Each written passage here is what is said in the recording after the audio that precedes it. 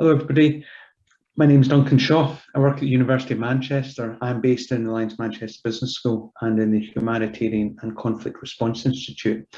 And with David Powell, we've been working very closely around COVID-19, looking at what does recovery and renewal mean for local government.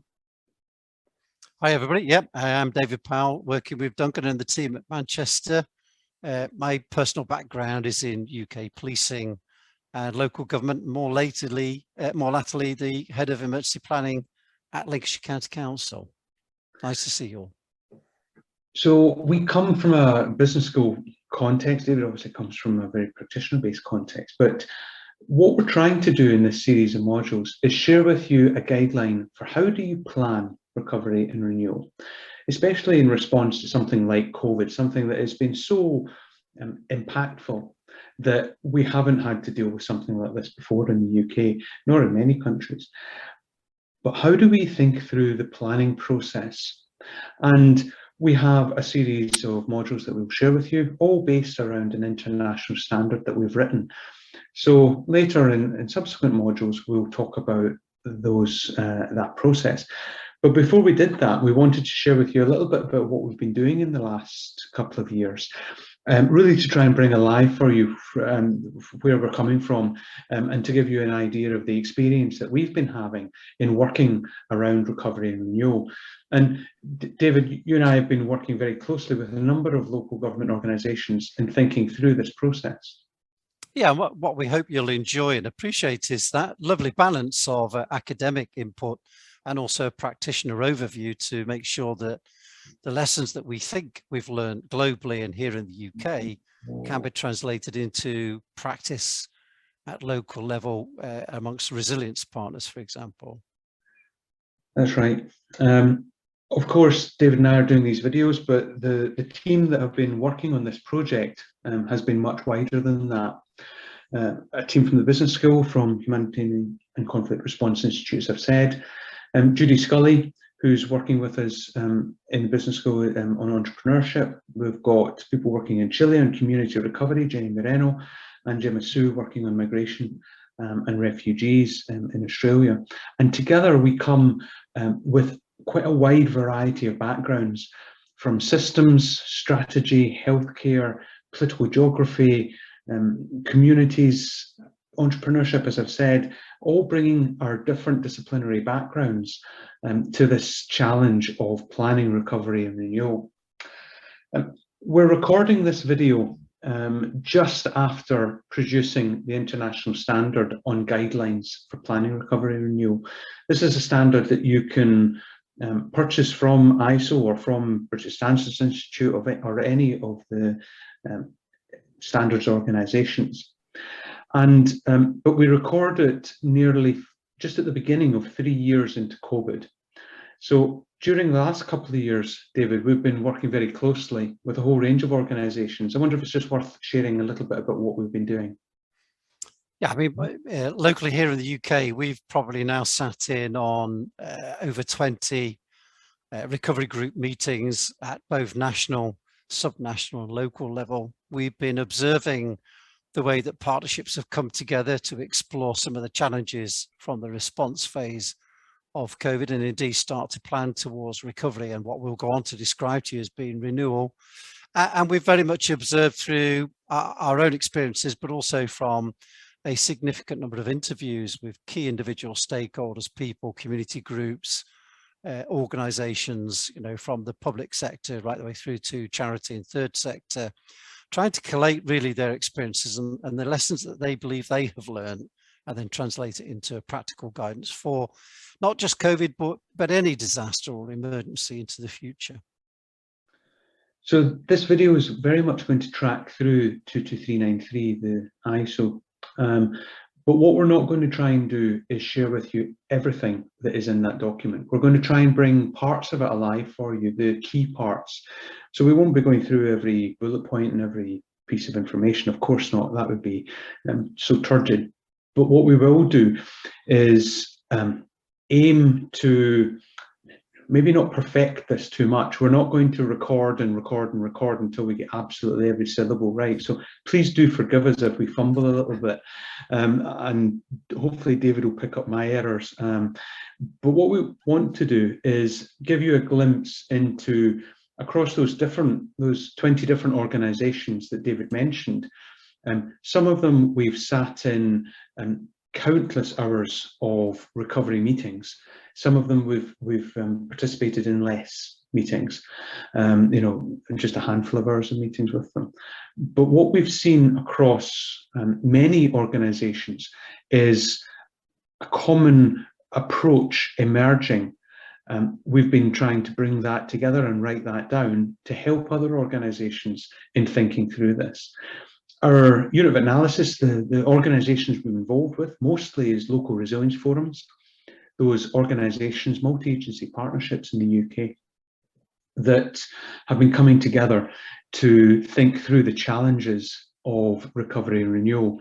And we've been absolutely privileged to be working with some of those really closely in setting the agenda for meetings, in participating in their events, in supporting them thinking through the work that they've been doing, using the concepts in the international standard. And David, obviously it's been incredibly rewarding for us. We've learned so much about planning, recovery and renewal.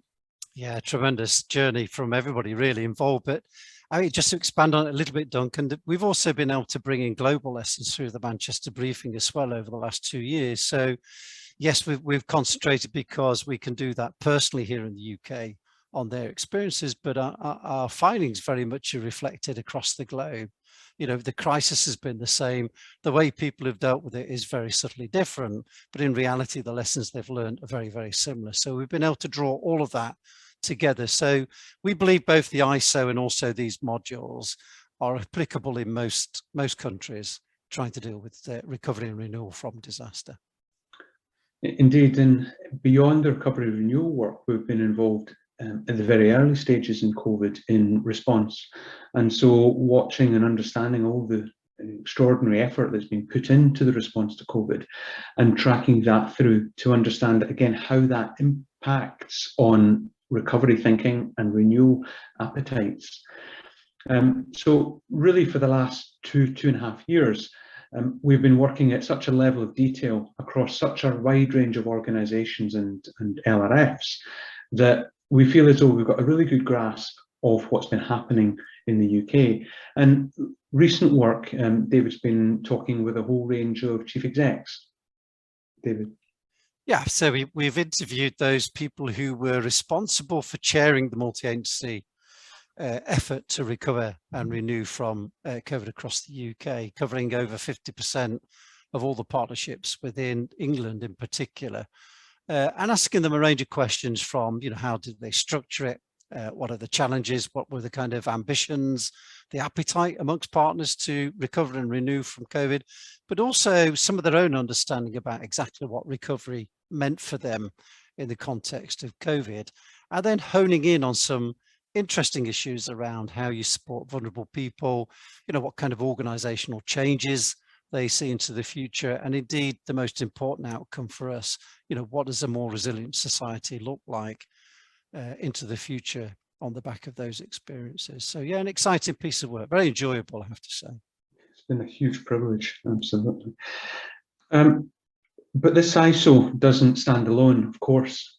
It stands within a wider context, wider policy context, David.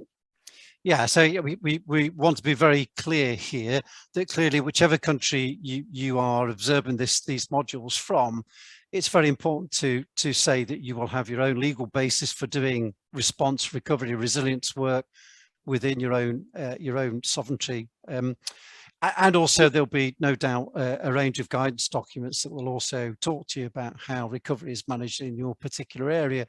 The ISO is designed very much to act as an overarching framework from which you can start to design and think about recovery and renewal in detail, but clearly the legal basis for doing so, the legal basis for working together to tackle some of the challenges, and indeed the guidance about how you might organize it locally within structures that are common to you. Clearly you do need to look to your own national legislation and guidance. We're sharing here with you some of the UK framework. From those familiar with it, the legislation here is the Civil Contingencies Act. We do have statutory and non-statutory guidance. We also have a number of resilience standards that are designed to help partnerships understand how well they perform when planning to recover from major incidents. But please, always refer back to your own local guidance as well. What the ISO does is it takes you through a range of different issues that you might want to think through. And these modules are very much aligned to the international standard. So the aim of the modules, as it says on the screen, is to provide you with some guidelines on how to develop recovery activities and how to differentiate those between renewal initiatives following a crisis. So where recovery activities are more transactional, smaller scale, more straightforward, renewal initiatives are these much larger, much more ambitious initiatives that involve transformation, working across a whole range of partnerships. What we're going to do is, over the course of 6 modules, is take you through initial concepts.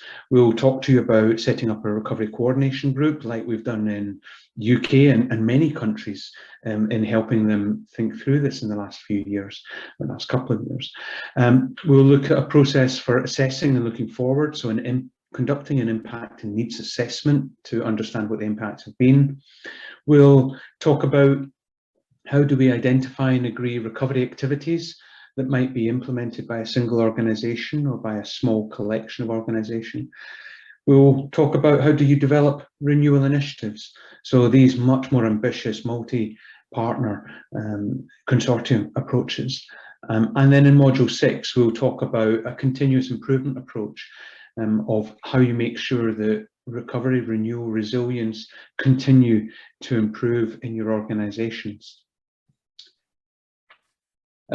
So thanks for tuning in to these modules. Again, this is just the introduction.